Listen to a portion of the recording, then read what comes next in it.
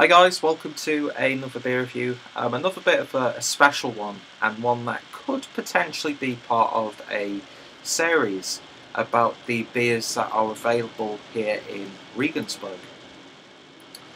Now, this isn't one of those sorts of reviews where I want to have the breweries competing. Not that what I have to say is really that important, but it's not one of those things where I'm like, oh, well, this brewery's so great, this brewery's amazing, this brewery's awful, you shouldn't buy these beers, or any of that. It's not about that, although I will be comparing the beers. I'm not really... It's not a competition, it's more about promoting the beers from this city. So I thought I'd start off with something really nice and simple. The humble Pilsner. Now, I think there are other breweries within Regensburg. I mean, we've got a few brew pubs, I believe. It's a shame that I've not really ventured out too much to these places, although I was at the Weissbräu house a few months ago, for a friend's birthday, and they brew their own beers that you can pretty much only get within the brew pub, that sort of thing. And we've also got, I think we've got a brewery called Turn und Taxis, but it's quite hard to find bottles of their beers, I've found. So they could well have a Pilsner that is available to buy in those supermarkets. But if that is the case, then I'll be doing a video talking about that beer in the future. I didn't want to get too bogged down in the research and that sort of thing. I'm not that sort of channel. There are plenty of people out there who do a great job with not only promoting the beer, but also getting into the history of the brewery. And who knows, maybe in the future I might start doing mini documentaries and mini brewery showcase type videos, giving you a bit more background information about the brewery in question. And yeah, but this is just a little bit of fun. It gets me to look at beers that I've drank a lot in a different light, to be as objective as I can be. And it's just one of those good things where it's probably going to be about a 30 to 40 minute video, and it's one of those ones where I like these long videos, I like watching them. It's always good to have on in the background when you're doing housework, or when you're doing the washing up, or if you've got a couple of hours to kill and you can break it down into somewhat entertaining videos. And yeah, I don't know if this will be classed as one review or what I'll be doing with the Becks, where it's 3 separate ones. So you'll see by the hashtag number, the catalogue number, because it's, as you can see, it's a purely professional. That was very wooden. It's a very professional studio that I have here, and once again I'm using the camera built into my laptop, so you're getting that fan noise coming through. Really nice, but I didn't really get too many complaints when I did my Becks review, so it's just much more convenient for me. I don't have the subscriber base or the viewership to warrant me going into 4K and really putting loads of effort in there. Every now and then I'll put a lot of effort into a certain video, like when it's a milestone, or I've got a video that should be coming up soon talking about a few of my favourite German craft brewers, but this is just so convenient for me. The quality is pretty good, and it saves me having to transfer footage over, and I'm not going to be editing this one. So yeah, you're in for the long haul, so grab yourselves a beer, and I hope you'll enjoy this one. And if you hate Pilsners, then I don't know why you're watching this. So, we've got 3 Pilsners for the first episode of whatever I'm going to call this series. So the first one is the Bischofshof Pils, from the Bischofshof brewery, of course. Then we have got the Spital Pils. Apologies about the glare in the window. It's actually good lighting, and it's still light even though it's 7:15. And that's from obviously the Spital Brauerei Regensburg, a brewery who I've talked about quite a lot on the channel. And then we have the Kneitinger Edelpils, or Edelpils. So yeah, 3 beers. I don't have my palate cleanser with me today, unfortunately. And I have probably the most mismatched glassware for this video, but I don't have that many glasses, so oh well. Not that it really matters anyway. So yeah, just going to go through them individually and then talk a little bit about the end, tell you which one is my favourite and blah de blah de blah. So I think we're going to start off with the Bischofshof Pils, and this is the Pils Premium. And yeah, as you can see by the artwork, it's not really doing it justice, but nice metallic looking label, very crisp, clean. It's got that sort of like premium edge, and there you have a beautiful and quite iconic image of the Donau and the dome here in Regensburg, which if you've not visited the city, it's absolutely gorgeous. So yeah, really nice looking artwork, and there is the Bischofshof crown. And this one is clocking in at 4.7%. So there's that one. The Spital Pils is clocking in at 5.5%, so it's a little bit heavier. And once again, you get that iconic image, although you can't really see it properly on camera because of the fucking glare. Apologies for my bad language. Yeah, but this time it's more of a black and white drawing. And yeah, the oldest brewery in Regensburg since 1266. And yeah, again, very crisp, clean looking. And there is the Spital crown. And then the last one is, of course, the Kneitinger Pils, excuse me, choke on my words, clocked in at 5.2%. And again, it's got that sort of like silver look to it. And yeah, grey seems to be a somewhat prominent colour. He says as the Spital doesn't really have any grey on at all, so points for your review there, Peter. And yeah, all of them look like very traditional as well, and there is the Kneitinger crown. So I think I'm going to start off with the lighter one first, the Bischofshof one. Let's get this opened and see what we get. Not too much in terms of cannon smoke. These have been lifted out of the fridge for about half an hour because it's taken me about half an hour to get started recording properly. And I'm going to actually use the Pilsner glass. This is the Neumarkter Landsbräu brewery, who I've done a few of their beers. And, you know, pretty run-of-the-mill, above-board, very solid though, and they're more of like an ecological or bio sort of brewery. So very conscientious of ingredients and nature and that sort of thing.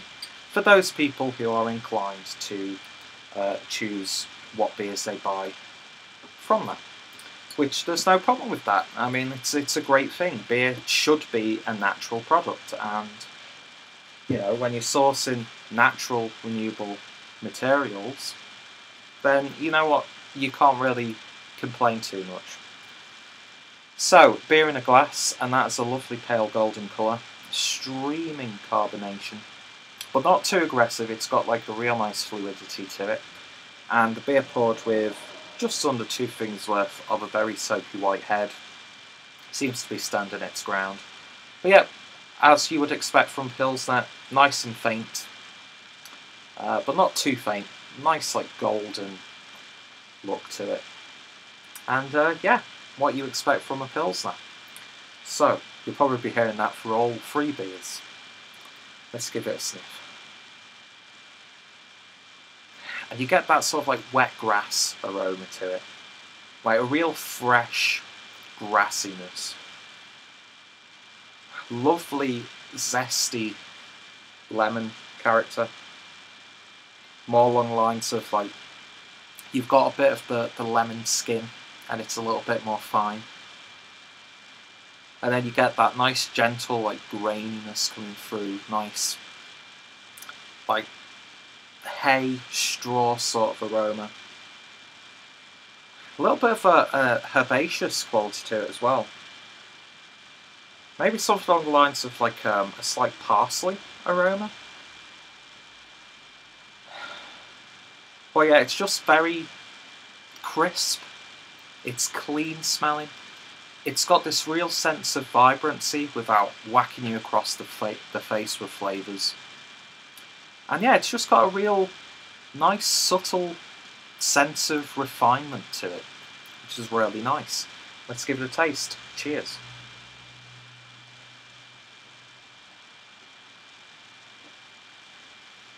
That's very crisp. And slightly dry as well on the back end. But that carbonation is really nice and prickly on the tongue. It helps disperse that beer around the palate really, really nicely. So your mouth's coated, and then it ends really quite quickly. A little bit dry, but doesn't dry out too much. Very thirst quenching.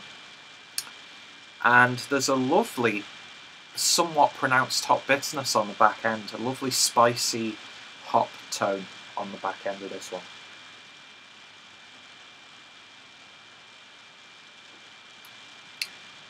Get a slight cracker flavour coming from the malts in there.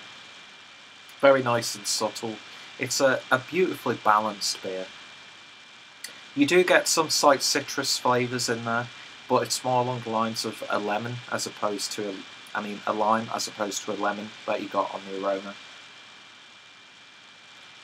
And yeah, it's got this sort of like this minerality to it, like something like chalk filtered water.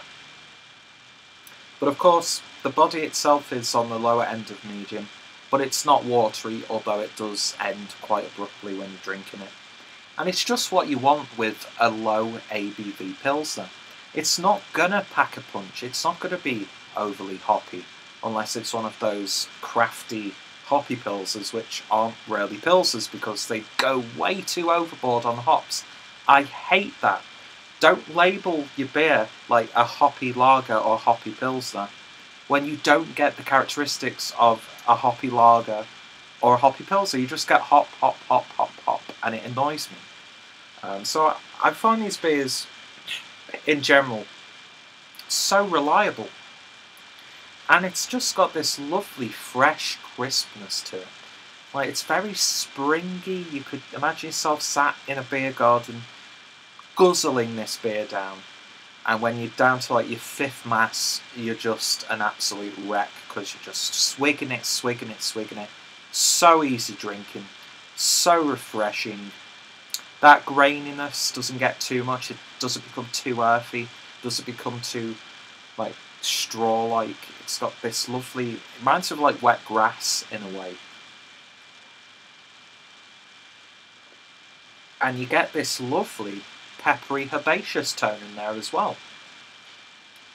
And it sounds like I'm picking out a lot with this beer already, but the beauty of the beer itself is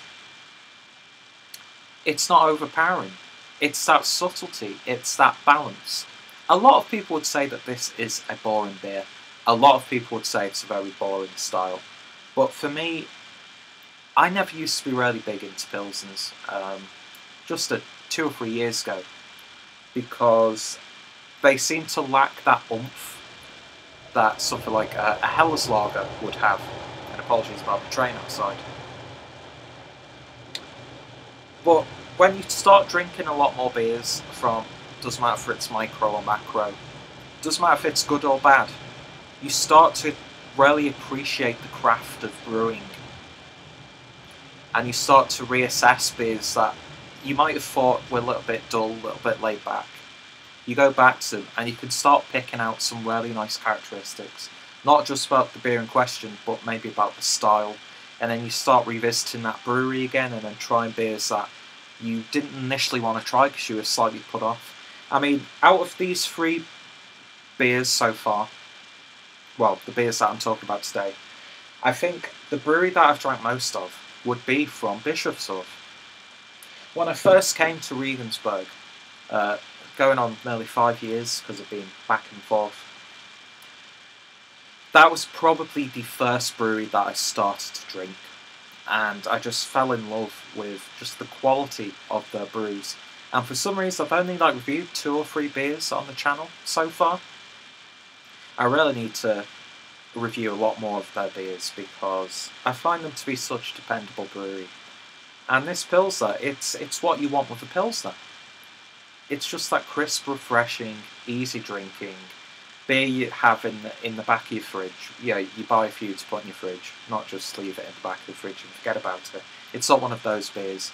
Yeah, it's a fridge filler. It's one that you can go back to time and time again, and when those summer months come rolling along and you want to sit outside, or I mean, I can go to the river, have a few beers. You know, it's heaven, although it could get a bit too warm now. I'm too fat and white for summer, as some of you guys know. But yeah, this is just it's a lovely, simple beer, and we're off to a great start. Just like the Beck's beers, I'm going to rate them at the end. So next up, we are going over to the Spital Pils, and a brew that I have drank a hell of a lot of, especially with the craft offerings, the manufacturer line. Some fantastic examples of the styles that they're trying to go for. Because you find with some macros when they do like a pale ale or an IPA or even do a stout, just like with the Beck stuff, it always seems like they weren't courageous enough to go fully into that style, because you get the impression that they don't want to upset the core drinker base and alienate them. But with what Anton Miller is doing over at Spital, great guy, met him at Beretta, and then he invited me to go visit the brewery. Lovely, small, quaint little brewery that just chugs out a hell of a lot of beer, to be fair. And pretty much all of the money from the brewery goes back to, because it's like a sort of like this, I think it's like a retirement home as well. It does a lot for the community. So a lot of the money that's made from the beer is helped to sustain but I can't remember what it was. I'm sure it's got sort of like a rest home sort of thing, and the money they make helps to sustain that and that sort of thing. So they do a lot for the local community, which is, you know, you can't fault that. And they do some really damn good beers, both traditional and in the craftier sense. So, I'm sure I was talking about one thing, then went off on a tangent, and then stopped on that tangent and talked about something else. I'm terrible. My girlfriend always takes the piss out of me when I do videos like this, because she's like, Peter, you cannot tell a story to save your life. And that's very true. So, let's pour this one using my Beretta glass, which is currently my new favourite glass. But I'm not going to let that affect what I think about the beer. Let's put the cap on so it stays fresh. Just like the Beck's review that I did, I'm going to be doing a live chat after this, so these beers should keep me going for 10 minutes maybe. So, beer in a glass, and that to me is a little bit more darker. Lovely golden hues, just like the Bischofshof one. Clarity, pretty much the same. Crystal clear, and again, that lovely flowing carbonation going up to, again, about one finger's worth of a nice fluffy white head. But it seems to be a little bit more darker, but it still maintains that sort of like crispness with it. So, let's give it a sniff.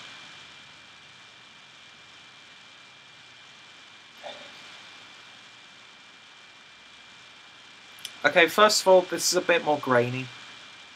You get that malty character a little bit more in this one. There's a very slight honey-like sweetness in the background. A slight citrus tone, but not as pronounced as the Bischofshof one.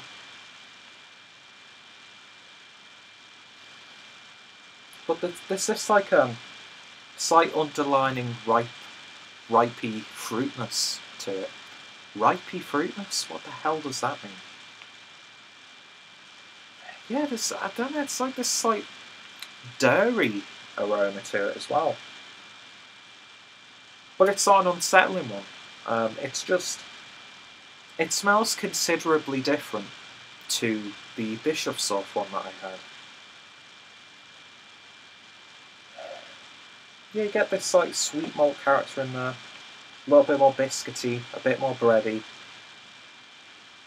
Almost reminds me more along the lines of something like a Pilsner or a Kel or a Budweiser Budvar.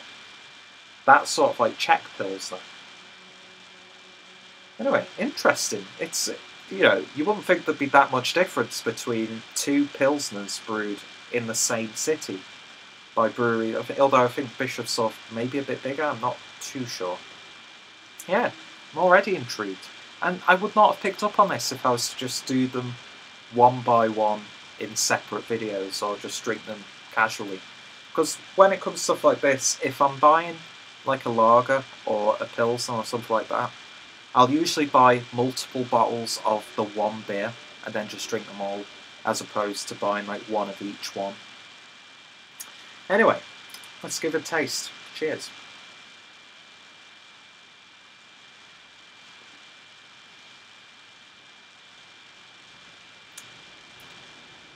This one seems a little bit more full-bodied. And that hot bitterness isn't as pronounced on the back end. It's not as dry either.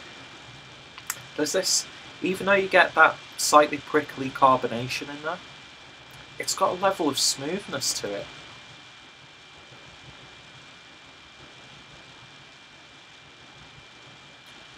Biscuity, crackery, a nice white bread crust flavour in this one.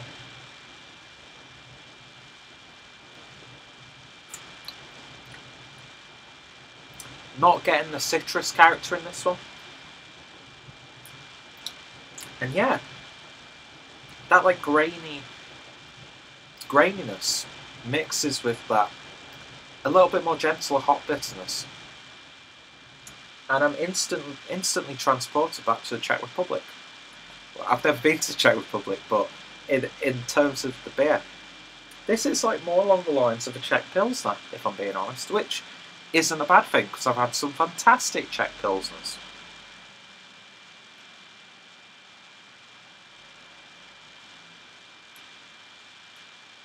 Yeah, I'd say overall, this is a much more subdued flavour. But you get that like earthy, biscuity graininess a lot more than you did in the Bischofshof one. Still a very thirst quenching beer. Not as drinkable, although in terms of a beer it's very drinkable. Excuse me. Yeah. That is somewhat vastly different than the Bischofshof one. Interesting. Really, I'm fascinated by stuff like this.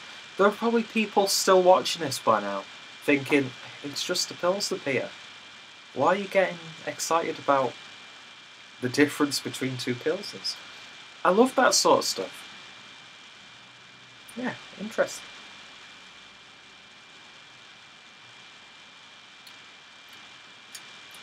Yeah, not bad. But like a completely different style of Pilsner almost than the first one. Interesting. It's going to be interesting to see which direction the Kneitinger one goes down. And I think these guys are just about on the outskirts of the city, if I'm not mistaken. Again, there are so many places that I need to fully explore here in the city. It's criminal, you know. I'm sure people who aren't even into beer as much as I am, and you know, I'm big into beer, but it's not like the be all end all for me. But there is a lot to do in terms of beer here in the city, and I've got family coming over towards the end of this month, May, and towards the end of June, so it's going to give me an excuse to not only go to like Munich and Bamberg and places like that, but also to go to some like brew pubs or bars or restaurants that I've never really been to. So yeah, there's always something interesting with beer, and that's what I love about it. It's not just a drink, although some people do take it a bit too far. You know, there are some people who invest way too much into it. They might, you know, they're not part of the industry. And, you know, let's talk about like buyouts for a second. If a beer gets bought out, it's like the end of the world to some people. And I'm like, it's called business. Beer is business. And in this ever-growing craft world, you know, these big boys are taking notice of what It's being sold underneath their noses. So it's just natural. It's natural progression. It's evolution.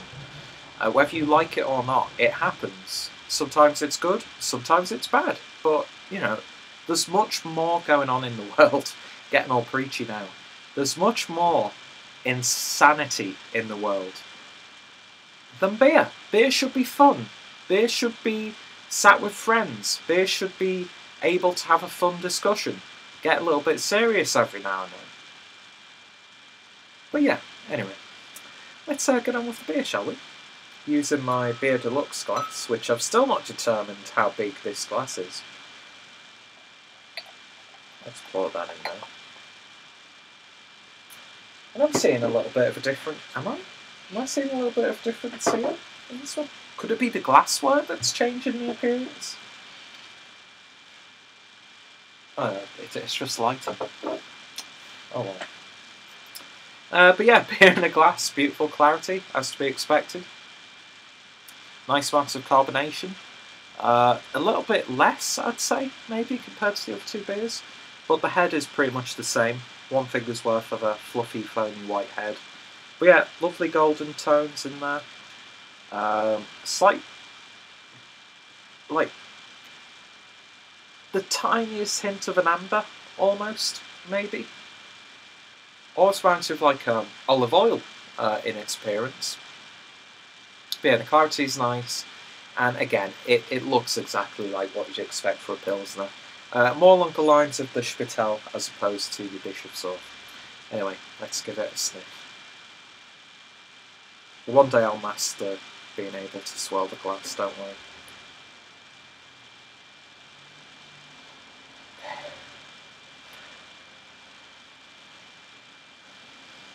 It's going to sound so friggin' odd, but I smell skin.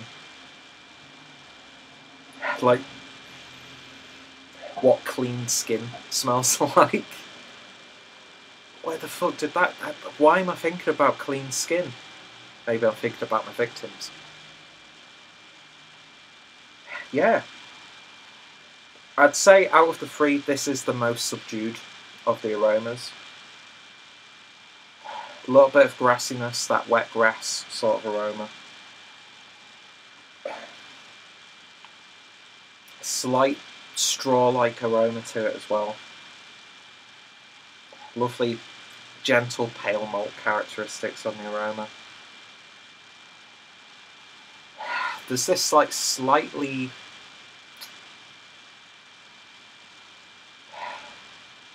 gentle copper coin aroma in there, which is just a very slight off flavour.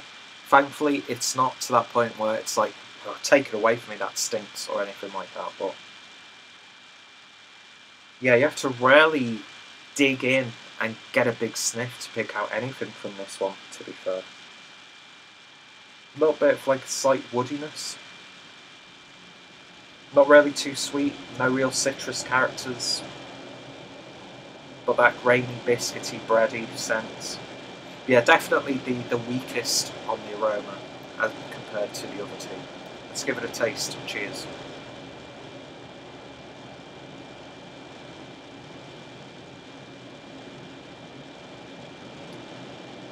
Yeah, there's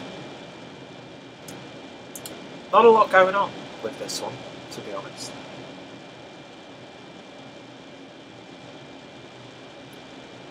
Lower to medium body, slightly more watery than the other two beers, although that carbonation is still a little bit more laid back than the other two, but it does help.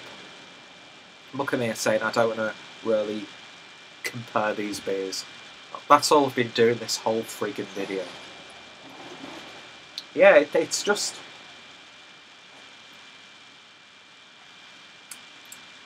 I don't want to say bland, because it's still a very pleasant tasting beer. And I don't think you can really fault something. It's like the... Out of the three, this is the Steve... Is it Stephen Hendry or Steve Davis? The snooker player. Like Mr. Nice or Mr. Boring. I don't do sport, as you can clearly tell. It's just very simple. It's a very drinkable beer, very quaffable. But it seems to lack the most character out of the 3 beers. I mean, when it says Edel Pils, because I think Edel is one of the words for like bitter or dry. I'm not really getting that. In fact, it's probably the least dry and the least bitter out of the 3 beers.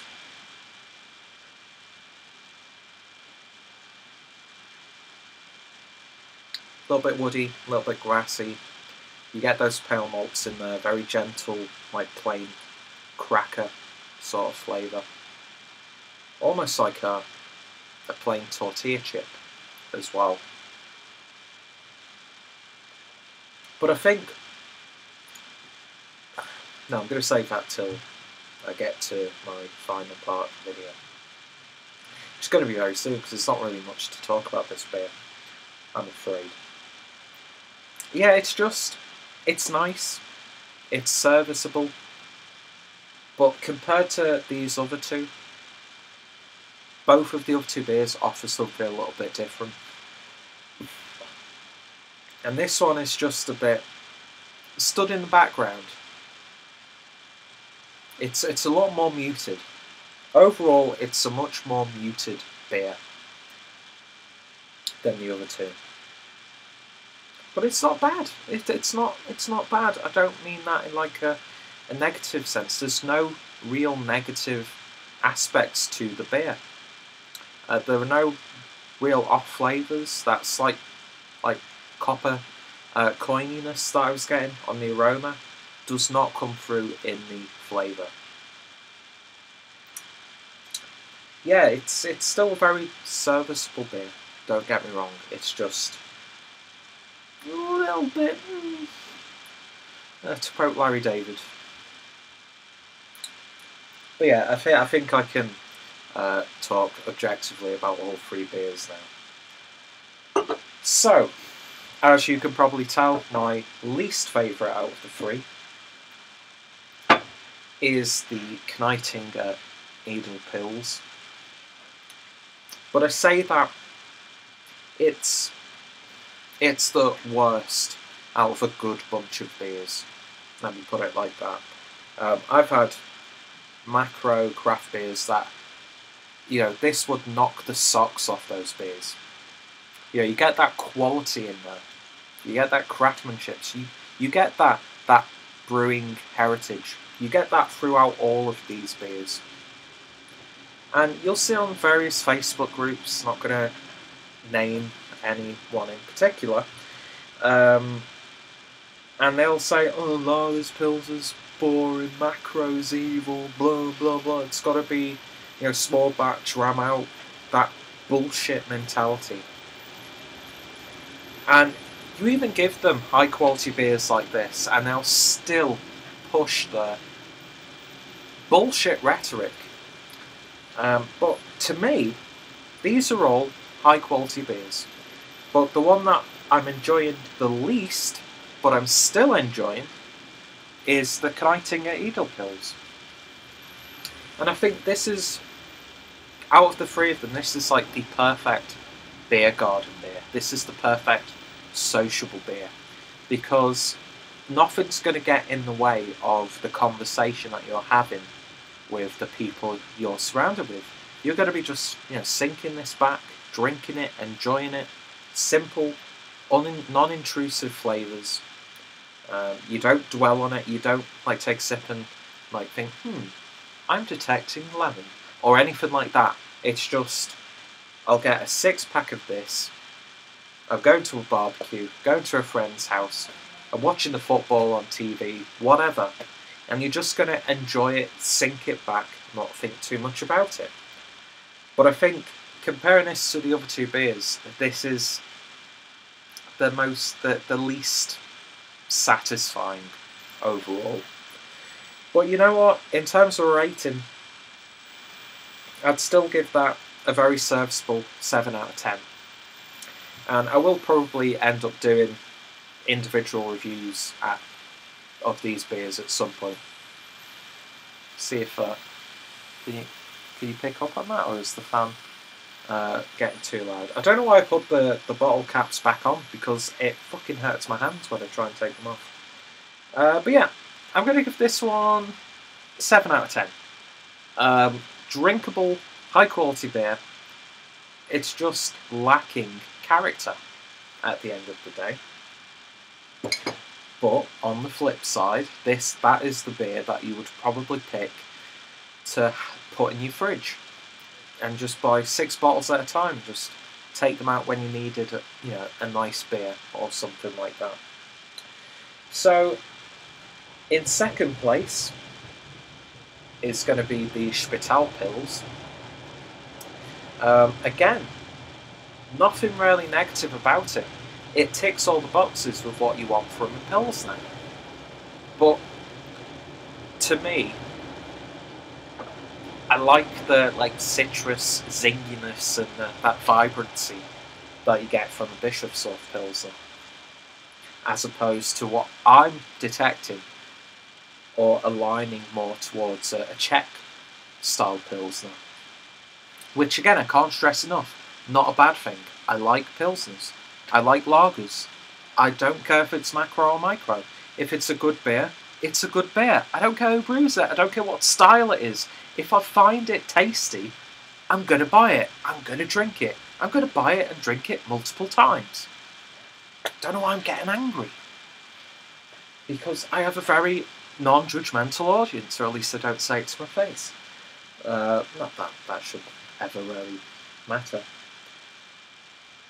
But yeah, all of these beers have that real sense of quality, that real sense of heritage, brewing tradition.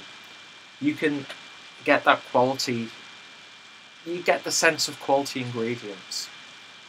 Bavaria, surrounded by beautiful countryside. There's beautiful countryside throughout. Excuse me. Beautiful natural resources. There are some fantastic hop growers. There are some fantastic, I don't know, would you call them malters? People who grow the malt. Yeah, really showing my experience and professionalism here. And yes, for this whole time I've been resting my legs like the slob that I am. But yeah, all of them I'd buy multiple times in the future.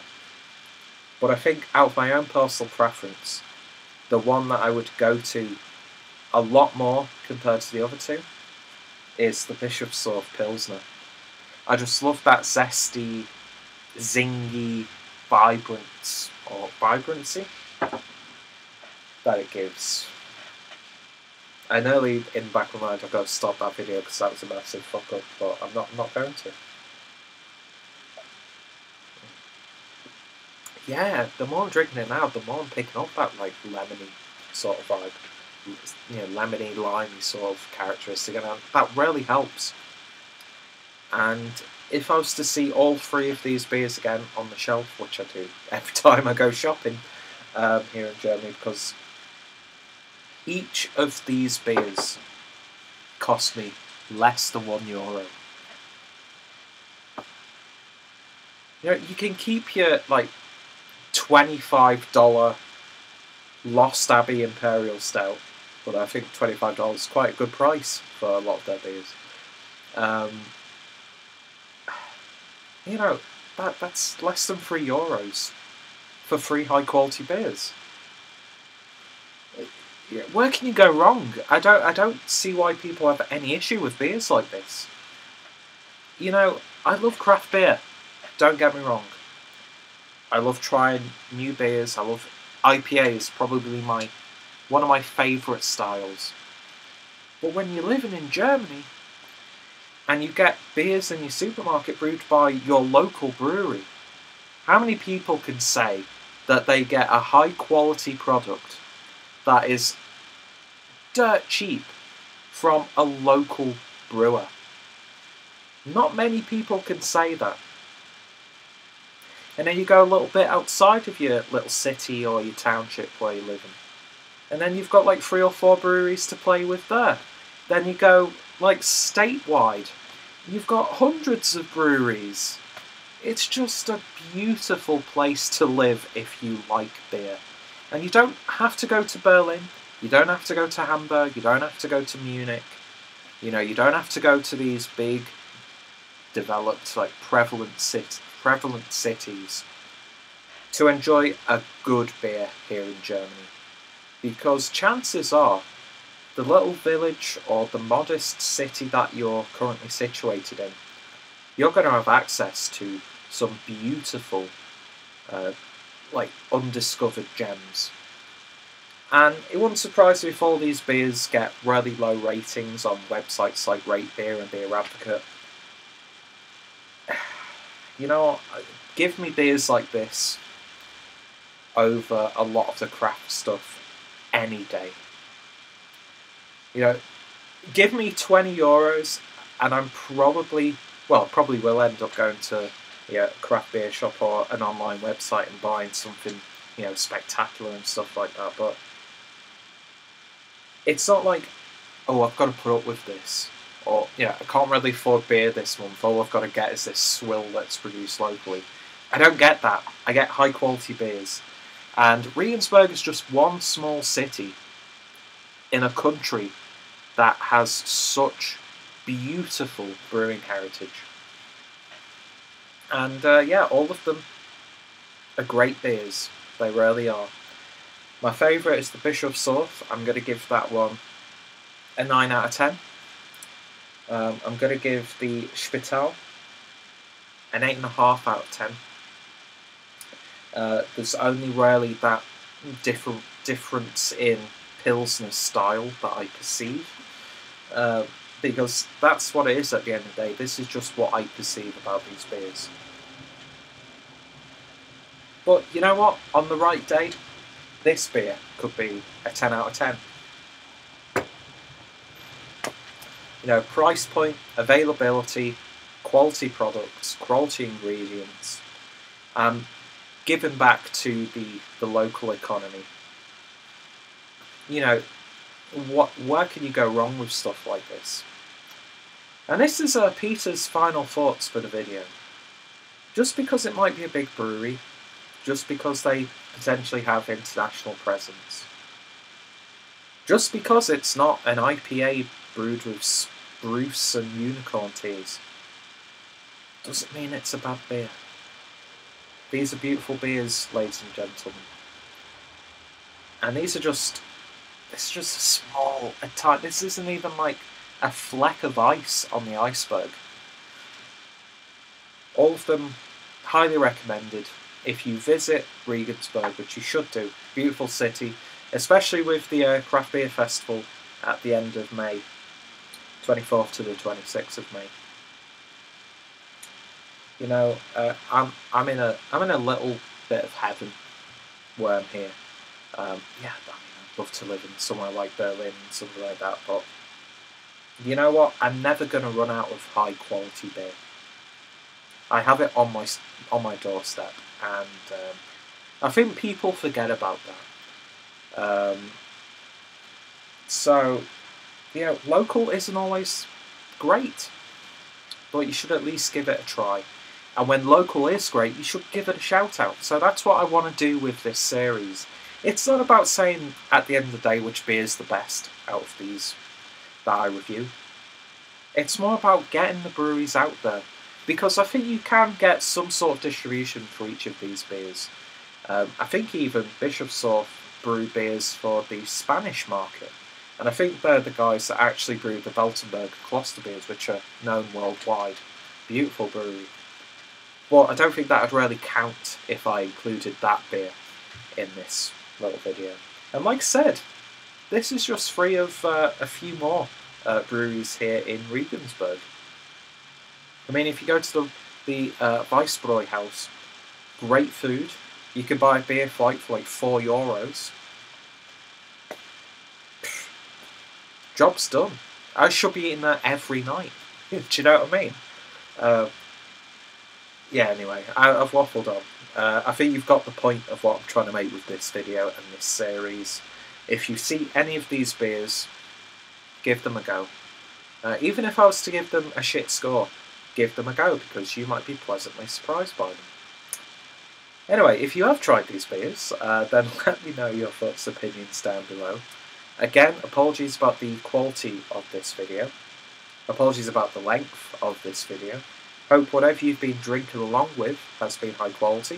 And let me know what you have been drinking down below. Just hit me up in the comments. Let's get a conversation going, even though I'm getting quite lazy with replying to comments right now. And as always, I'm going to put links down below to all the breweries mentioned. I'm going to put links down below to the playlists for each of these breweries of the beers that I have covered from said breweries down below. And feel free to post your reviews of any of these beers or any of the beers from these breweries. I love to hear what you guys think of the beers that I drink, and that's what it's all about at the end of the day, really, isn't it? It's about having a good beer, sharing it with the world, and then people getting in touch with you, starting up a conversation.